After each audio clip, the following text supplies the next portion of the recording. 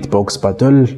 Eran-tany efa presque misy an'izy io daholo fa tamin'ity taona ity vao tena hoe officiel zany ny eto Madagasikara.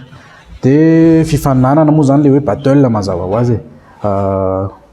Misy participants maromaro de mifanandrina face à face mihitsy ry zareo. Eto Madagasikara efa misy efa ho 30 no mpanao an'izy io fa zay 90 zay aloha zany no vonona. Passion aloha izy voalohany indrindra fa kanefa azahoana vola ihany fa tsy de tena hoe vola be koa nefany satria fantatsika ihany ny toeran'ny zavakanto sy ny fitadiavam-bola eto Madagasikara.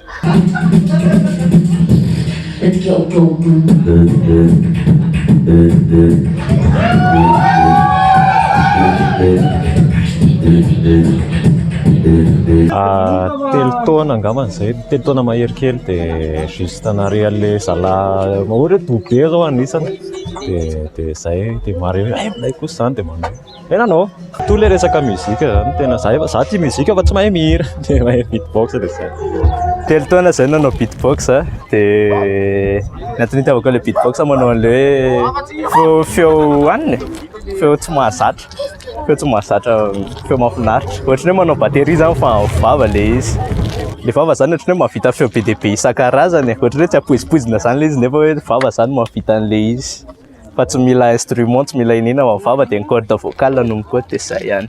Za ihany mampianatra ny tenako de misy fotoana tsy mila mijery tuto kory de haiko le sa jereko amin'ny olo fotsiny ohatra hoe fanaovana an'le izy.